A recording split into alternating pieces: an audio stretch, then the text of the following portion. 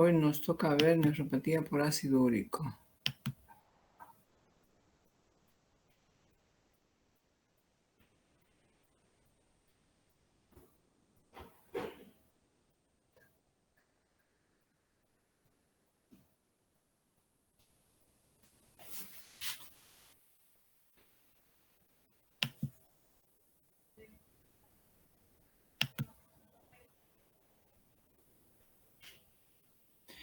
Muy bien, jóvenes. Entonces vamos a hablar algo acerca de los problemas renales que ocurren por causa de la hiperuricemia.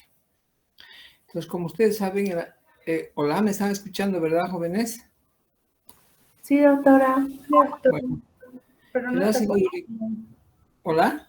Doctora, no está compartiendo diapos. A ver.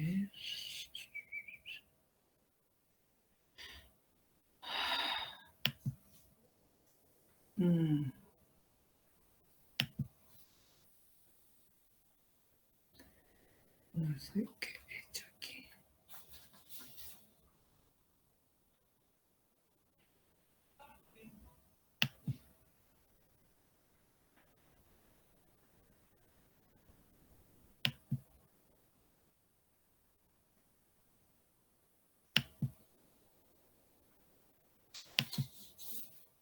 Bien, a ver.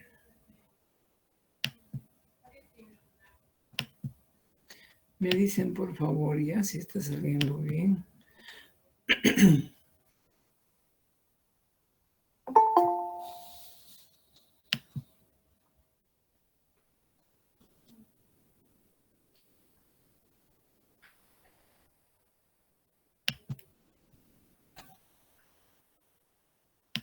Ahora sí, ¿verdad? Sí, doctora. Bueno, gracias. Entonces, decíamos que el ácido úrico es un producto final del metabolismo de las purinas y se maneja a nivel del hígado, intestino, músculos, endotelio y riñones. ¿Cuál es el manejo del ácido úrico a través de los riñones? Se maneja por filtración en 2/3 partes y cuando disminuye la filtración glomerular por cualquier problema que comprometa la misma, entonces aumenta la concentración plasmática de ácido úrico. Luego tenemos la reabsorción, que se produce a nivel del túbulo proximal en un 90%. Esta es a través de los transportadores aniónicos como el URAT1. Luego se produce la secreción tubular a través de una bomba transportadora como la MRP. Luego de la secreción existe nuevamente una reabsorción o secreción.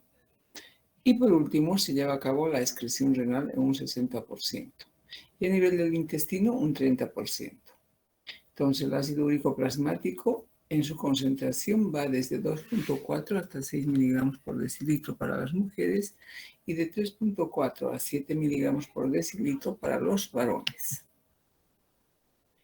Más del 20% de los pacientes que cursan con hiperuricemia son hiperproductores del mismo y excretan en la orina concentraciones superiores a los normales porque la secreción también es normal.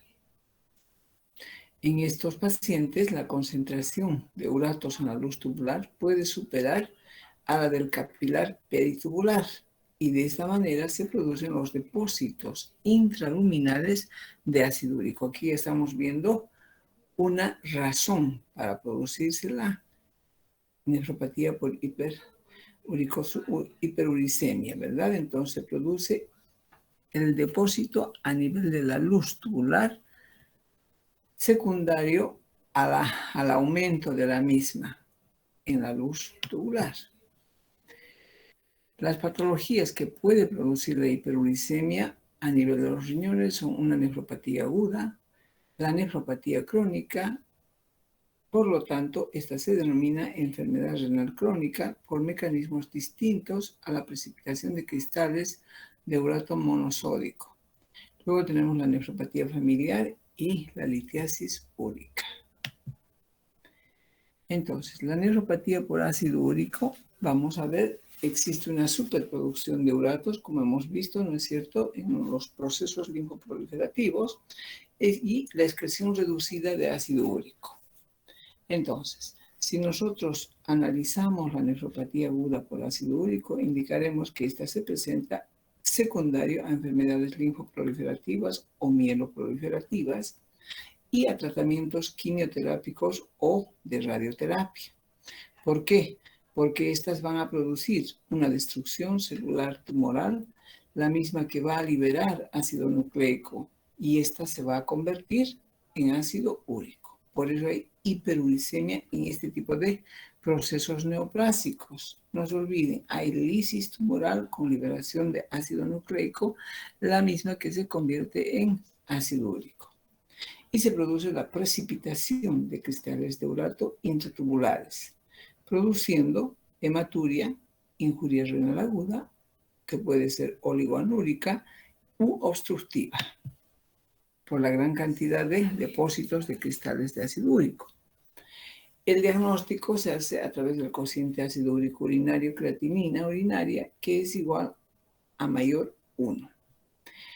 La cristaluria y la hematuria que deben estar presentes. Es la única forma que nosotros nos damos cuenta cuando hacemos un examen de orina, ¿no es cierto?, a través de los cristales de ácido úrico, la misma que va a estar acompañada por hematuria.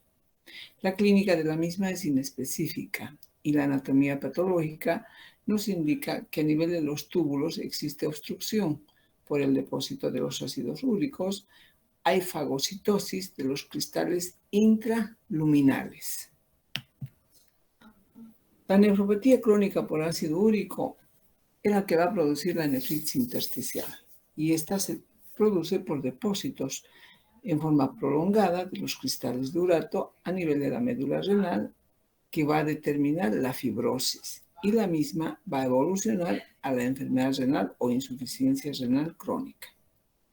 Esta se puede asociar a otras enfermedades, como por ejemplo la hipertensión arterial, que va a llevar a la aterosclerosis. Ahora bien, se puede asociar o puede ser causante también de hipertensión arterial. La hiperuricemia en la enfermedad renal crónica produce cambios hemodinámicos e histológicos a nivel de los riñones. La enfermedad renal crónica, de nuevo, no está relacionada con el depósito de cristales de urato a nivel del intersticio medular, o bien acelerar la progresión de una nefropatía existente. O sea, ¿qué quiere decir? Que independientemente de que exista ya una patología por otra causa, que puede ser primaria o puede ser también secundaria, se va a presentar la nefropatía de nuevo por hiperuricemia. Entonces, la hiperuricemia a largo plazo va a determinar los cambios hemodinámicos e histológicos a nivel de los riñones, determinando precisamente lo que acabamos de decir, la enfermedad renal crónica de nuevo. Es decir, los cristales de ácido úrico se van a adherir a las células epiteliales renales, produciendo una respuesta inflamatoria aguda. Ahora bien, el ácido úrico como predictor de la enfermedad renal. La hiperuricemia nos muestra el riesgo del desarrollo de enfermedad renal crónica, con clearance de creatinina por debajo de 60 ml por minuto. Es decir, si un paciente que tiene un clearance de esta naturaleza o un poco más bajo, ¿no es cierto?, si llega a presentar hiperuricemia por cualquier razón que exista, ya sea exógena o endógena, ¿qué va a determinar? Nos va a determinar un pronóstico de una enfermedad inminente, ¿no es cierto?, secundaria a esta alteración metabólica que es la hiperuricemia. Ahora bien, la aparición de la macroalbuminuria es independiente de otros problemas que se puedan presentar. Perdón, creo que estoy modificando esto. ¿Cómo son los factores de riesgo que demuestran la asociación entre hiperuricemia y disminución de la filtración glomerular a largo plazo? En cuanto a la patogenia, ¿cuáles son los mecanismos de daño renal por los uratos? Tenemos el acúmulo de cristales en el intersticio renal o intratubular. Los uratos del líquido intersticial van a ser formados in situ, por un lado, o bien cristales de origen intratubular. Entonces, hay dos tipos de mecanismo a través de los acúmulos de cristales en el intersticio renal, unos que pueden ser formados in situ u otros a nivel intratubular. Destruyendo la membrana precisamente de los túbulos, van a salir hacia la médula renal, constituyendo de esta manera el microtofo. A nivel de la microscopía óptica se van a ver los cristales de urato monosódico y ácido úrico que van a estar rodeados de células de macrófagos y células gigantes multinucleares y linfocitos, formando un granuloma con áreas de fibrosis, alteraciones anatómicas y funcionales a nivel del intersticio renal. Todo esto va a determinar inicialmente, antes de llegar a esta hecatombe, ¿no es cierto?, va a producir ¿qué cosa? Un proceso inflamatorio. Entonces se va a producir la destrucción de las células tubulares adyacentes que van a llevar a una atrofia y obstrucción de la luz tubular, como es el estrés oxidativo, la inflamación y la apoptosis o muerte celular. 2. Una compresión y estrangulación prácticamente de los vasos postglomerulares que van a provocar un aumento de la resistencia vascular, un aumento de la presión intraglomerular y van a producir una disminución de la fracción de filtración glomerular. Se va a producir alteraciones a nivel del epitelio tubular, como hemos indicado, va a disminuir la reabsorción tubular de sodio y de agua y van a alterar los mecanismos multiplicadores, dando lugar a una disminución del gradiente osmótico intersticial y disminución de la capacidad de concentración urinaria. Ahora bien, la llegada de cantidades elevadas de sodio al túbulo distal y a la mácula densa van a condicionar a la inhibición de la secreción de renina por el aparato extraglomerular, determinando relajación de la arteriola aferente, produciendo una disminución de la presión intraglomerular y de la filtración glomerular.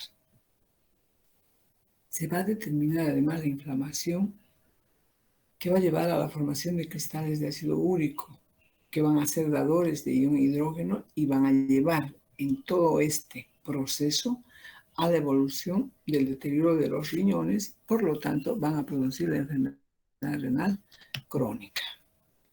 El otro mecanismo es la nefropatía obstructiva hiperuricémica, que va a provocar una sobresaturación a nivel de los túbulos distales y colectores,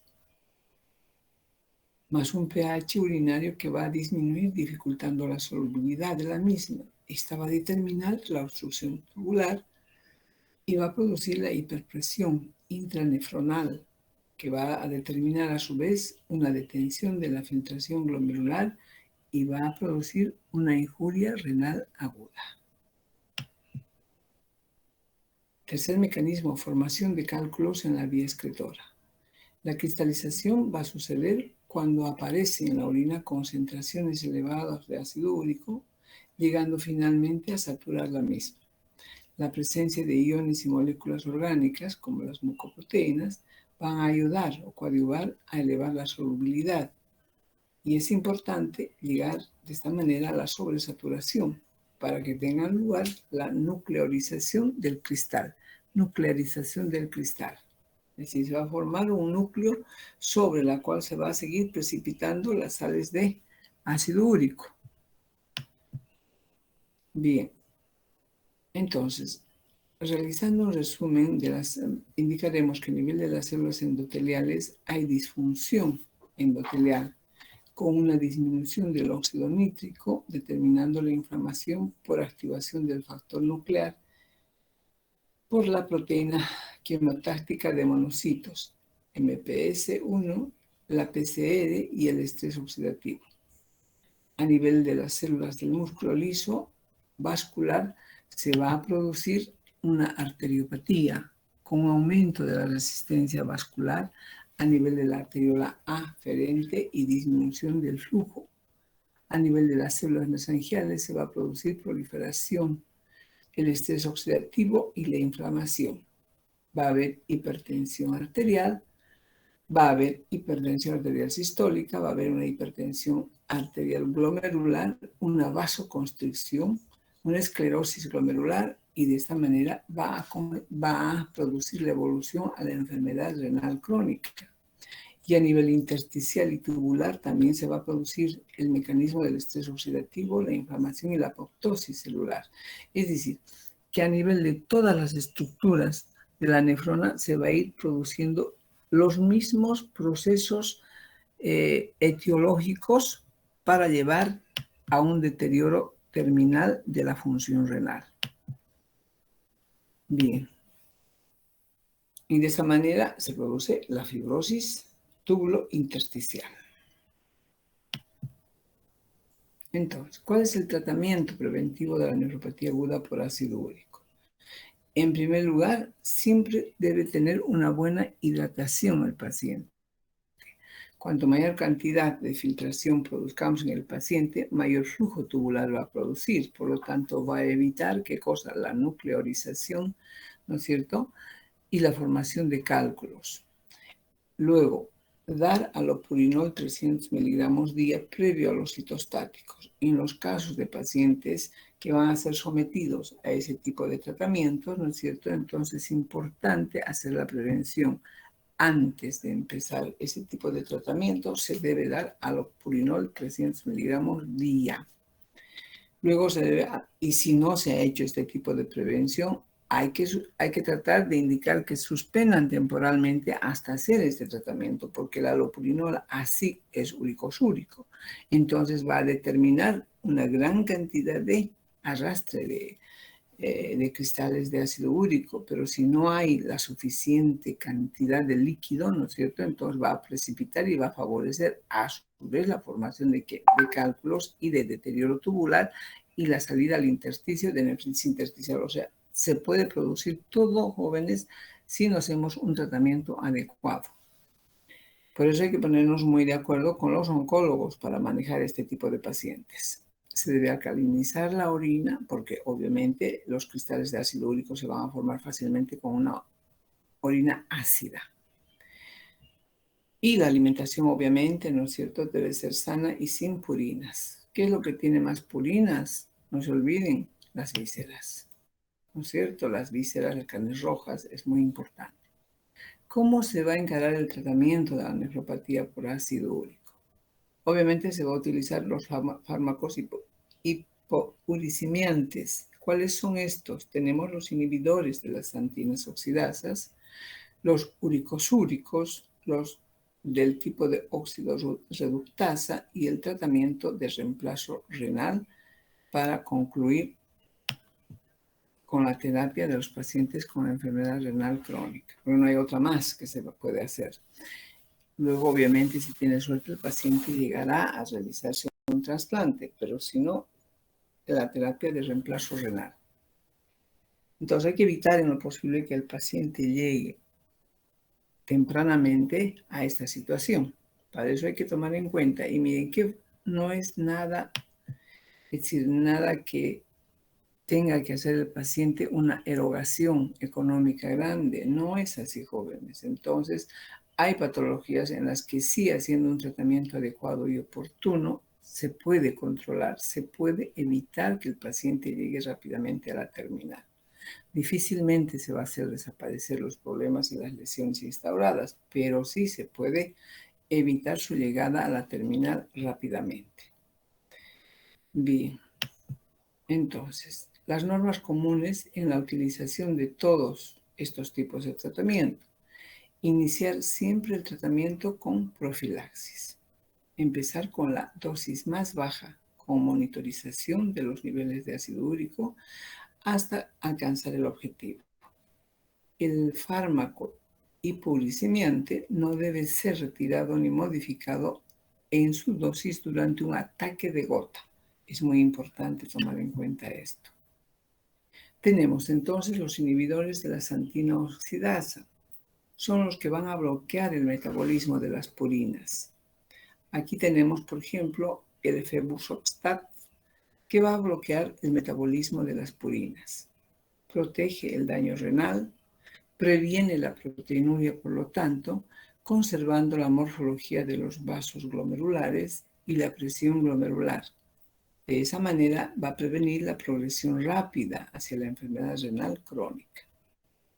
Tratar la hiperuricemia asintomática. sobre todo en estadios más precoces de la enfermedad renal crónica. No se sabe si la mayor disminución del ácido úrico puede aumentar el beneficio o si el efecto beneficioso demostrado por los inhibidores de la santina oxidasa se debe a su efecto antioxidante o sobre la función endotelial o la reducción del ácido úrico. Aún no se sabe exactamente, pero sí los resultados son favorables sin duda para los pacientes.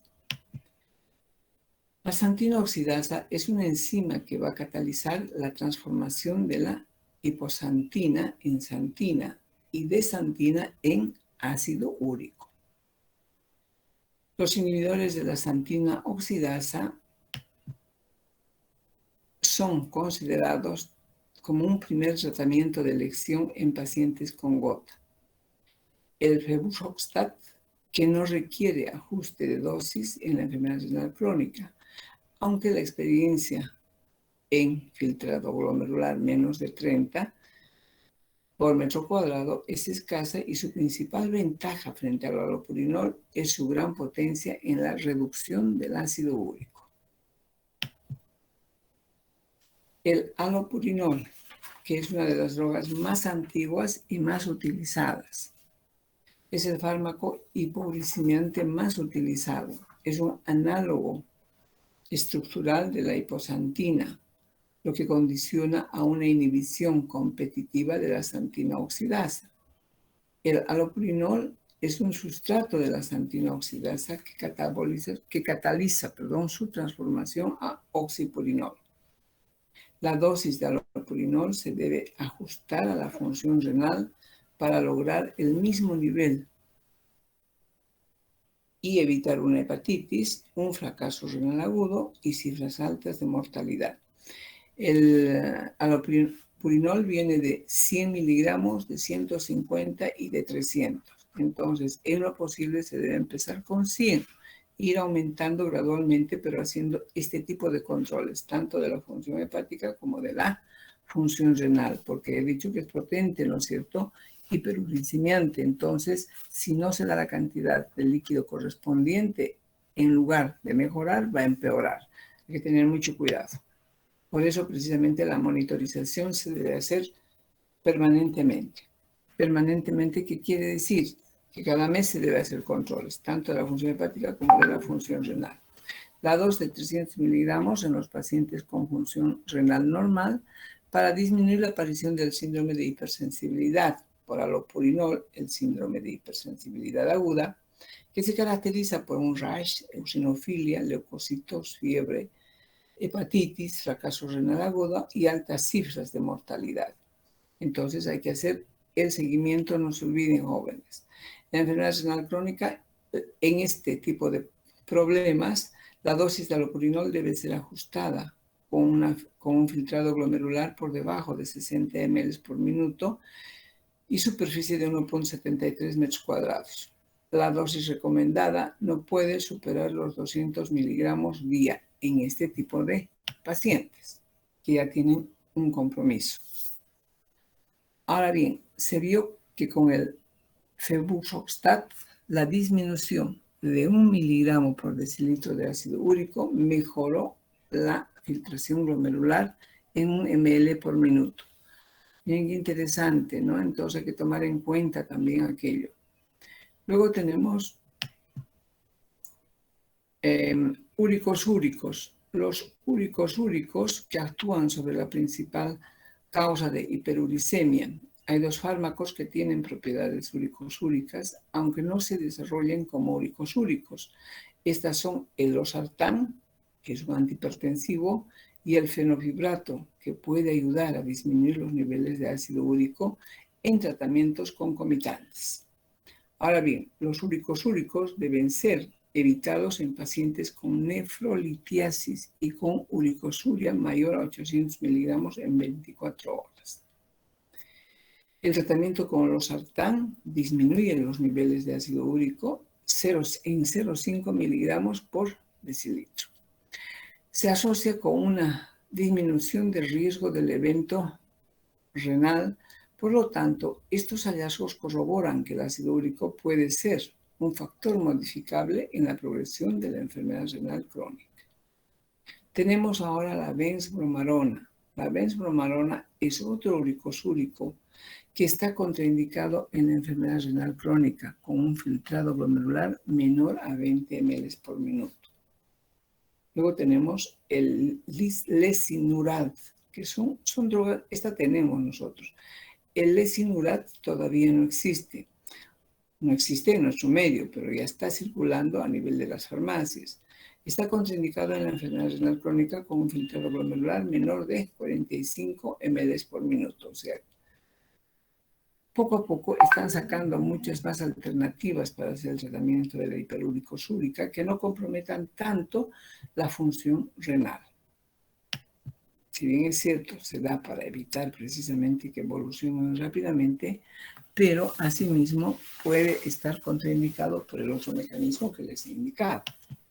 Ahora bien, aunque la diálisis en principio es uricosúrica y se reduce el número de ataques de gota, algunas veces es necesaria la utilización de fármacos hipouricemiantes durante la misma para disminuir los tocos. O sea, aún así el paciente esté recibiendo un tratamiento de terapia de reemplazo renal dialítico, aún así muchas veces nosotros estamos coadyuvando este tipo de medicación. La oxidorreductasa es un tratamiento con uricasa que oxida el urato a través de una reacción enzimática a alantoína.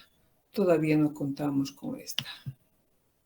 Aquí tienen ustedes, jóvenes, los diferentes fármacos hipouricemiantes, las dos recomendadas en los pacientes con enfermedad renal crónica. Así, por ejemplo, fármacos hipouricemiantes como el alopurinol, clase inhibidor de la xantinoxidasa, la dosis de 50, en otros países incluso ya viene de 50, en nuestro medio no hay de 50, es 100, 150 y 300. Inicio, y en otros lugares viene hasta, bueno, pero en este caso se puede dar 300, 300 y luego se da 200.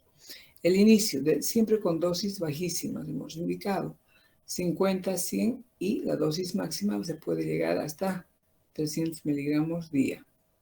Recomendaciones en pacientes con enfermedad renal crónica, sobre todo en los estadios 3, 4 y 5, con un filtrado glomerular mayor o igual a 30 ml por minuto. Se debe empezar con dosis mínima y en este caso no subir a la dosis máxima. Un filtrado menor a 30 ml, empezar con 50 miligramos día. Y generalmente nos quedamos con esa dosis y a veces podemos llegar hasta 100. Luego tenemos recomendaciones en el estadio 5, donde ya el paciente va a estar con un tratamiento de reemplazo renal. Se va a hacer la hemodiálisis con hemodiálisis más un inicio de terapia con 100 miligramos postdiálisis. Es decir, el paciente va a su sesión, se hace las 4 horas de diálisis y al concluir tiene que tomar su medicación. En diálisis peritoneal, iniciar con 50 miligramos por decilitro. Luego tenemos el febuxostat, que es inhibidor también de la xantinoxidasa. De inicio se debe dar 40 miligramos día y se puede llegar a una dosis máxima de 120 miligramos día. Estos datos obviamente no son concluyentes, son insuficientes en pacientes con un filtrado glomerular menos de 30 ml por minuto.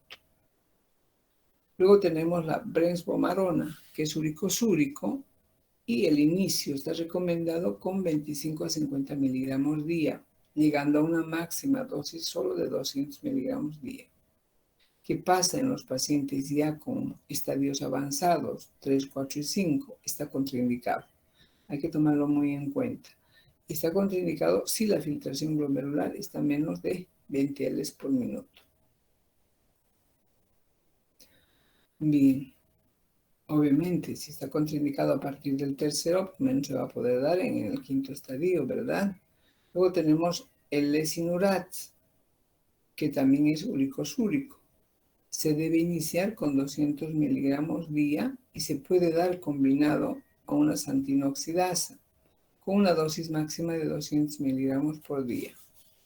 También está contraindicado cuando ya el paciente tiene deterioro de la función renal, un filtrado glomerular menos de 45 ml por minuto.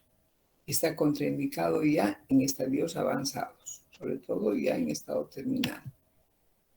Ahora bien, los pacientes con enfermedad renal crónica cursan con hiperuricemia asociada a la caída del filtrado glomerular.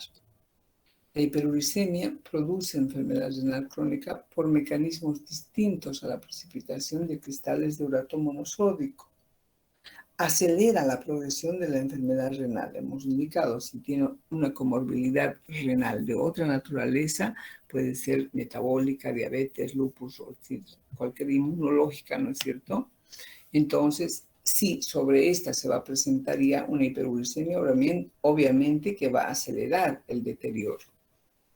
Aumenta el riesgo de mortalidad global y cardiovascular en pacientes con enfermedad renal crónica y tratar la hiperuricemia asintomática, ¿no es cierto? O sea, hacer prácticamente una prevención de problemas renales, si hacemos cuando está el paciente asintomático. Ahora bien, la hiperuricemia produce cambios hemodinámicos e histológicos renales, como hemos venido analizando, que van a conducir a una glomerulosclerosis y a la fibrosis tubulointersticial. La hiperuricemia sintomática se asocia con una mayor incidencia de enfermedad renal crónica. El aumento del ácido úrico predice el desarrollo de nefropatía diabética en pacientes diabéticos tipo 1 y tipo 2. Bien, y con eso, jóvenes, hemos concluido este tema. Así que la próxima clase vamos a entrar ya con el siguiente. Muy bien, jóvenes. Que les vaya bien. Quedamos acá. Hasta luego, doctora. Doctora, gracias. Hasta la próxima semana. Hasta luego, señorita.